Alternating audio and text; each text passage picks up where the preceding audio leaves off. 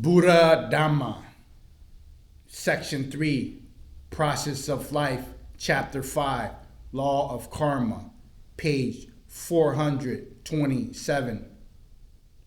Conventional laws, sammati niyama, and the law of kamma, kamma niyama, so sammati niyama and kamma niyama, are distinct from one another. The karmic process follows its own, interdependent on any social prescriptions which may run counter to it. But because there is a relationship between these two sets of laws, a person who acts appropriately and vice versa. This law of karma, example, adheres to wholesome principles. They may face problems from conflicting social prescriptions. For example, those people who live in a society that endorses taking of intoxicants but wish not to partake in these themselves receive some effect from their actions. Although their clear and bright states of mind are not solely by intoxicants, they are ridiculed by others for being weak or looked down on in other ways.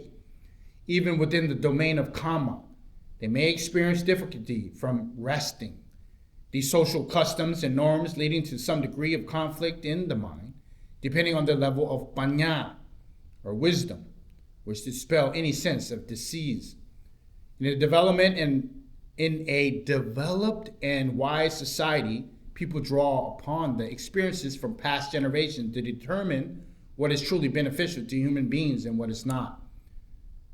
They then establish conventional laws and regulation dealing with good and evil, and are in harmony with the principle of wholesomeness and unwholesomeness, conforming to the law of karma. This ability to synchronize social prescriptions with karmic principles is one way measuring how developed or civilized a particular society is. In this sense, when one evaluates the merits of social prescriptions having to do with good and evil, one may look to them from two angles. First, from the perspective of a conventional laws. Do these prescriptions lead to welfare of society? And second, from the perspective of law of karma, are they wholesome or conducive to people's overall well-being? Some social prescriptions may have been followed and upheld for centuries, but not in the fact of beneficial, neither for the perspective of conventional laws or for the perspective of law of karma. Members of such societies should agree to abolish these prescriptions. Alternatively, they may need to rely on a wise, pure-hearted, compassionate person for engagement. This was the case for Gautama Buddha, persuaded people to abandon animal sacrifices and do away with the caste system in India, in Bharat. When one noticed the particular prescriptions are advantageous on a social level, they are conducive to material prosperity, yet they are incompatible with the principle of wholesomeness according to the law of karma. One should remember the following fact. Sometimes people mistake what is essentially unfavorable for society as something beneficial. That is, they are pleased by the false form of progress, which is satisfying in short term, but harmful in the long term. Those things that are truly beneficial should be comparable with kusala principles outlined in the law of karma, so wholesome principles.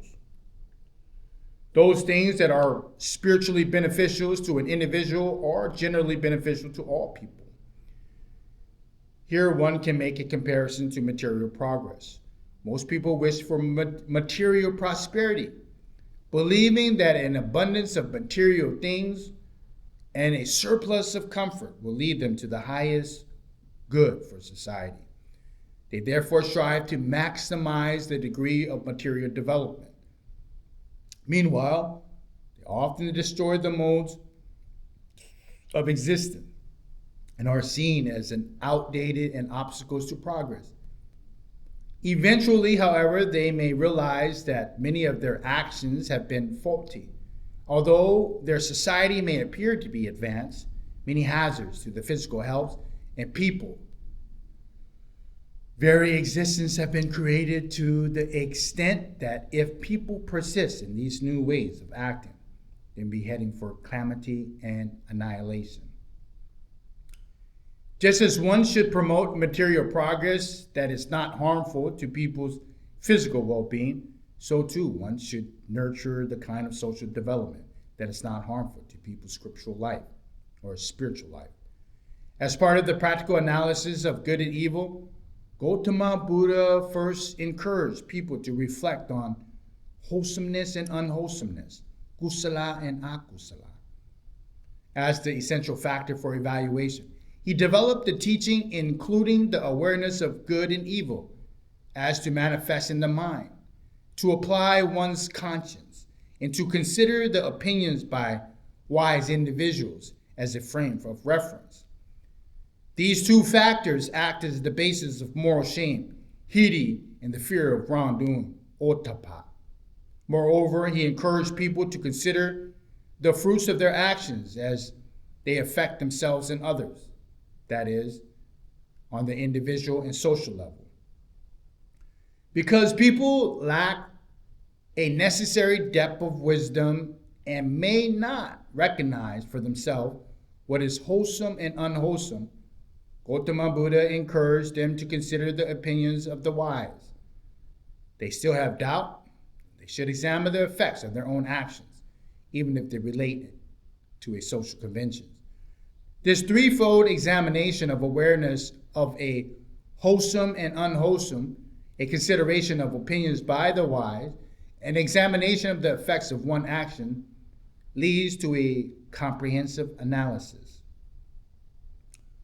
To sum it up, when evaluating what is good and bad kamma, one first takes intention, cetana, in consideration to decide if the action constitute kamma, and one may apply them to the following criteria.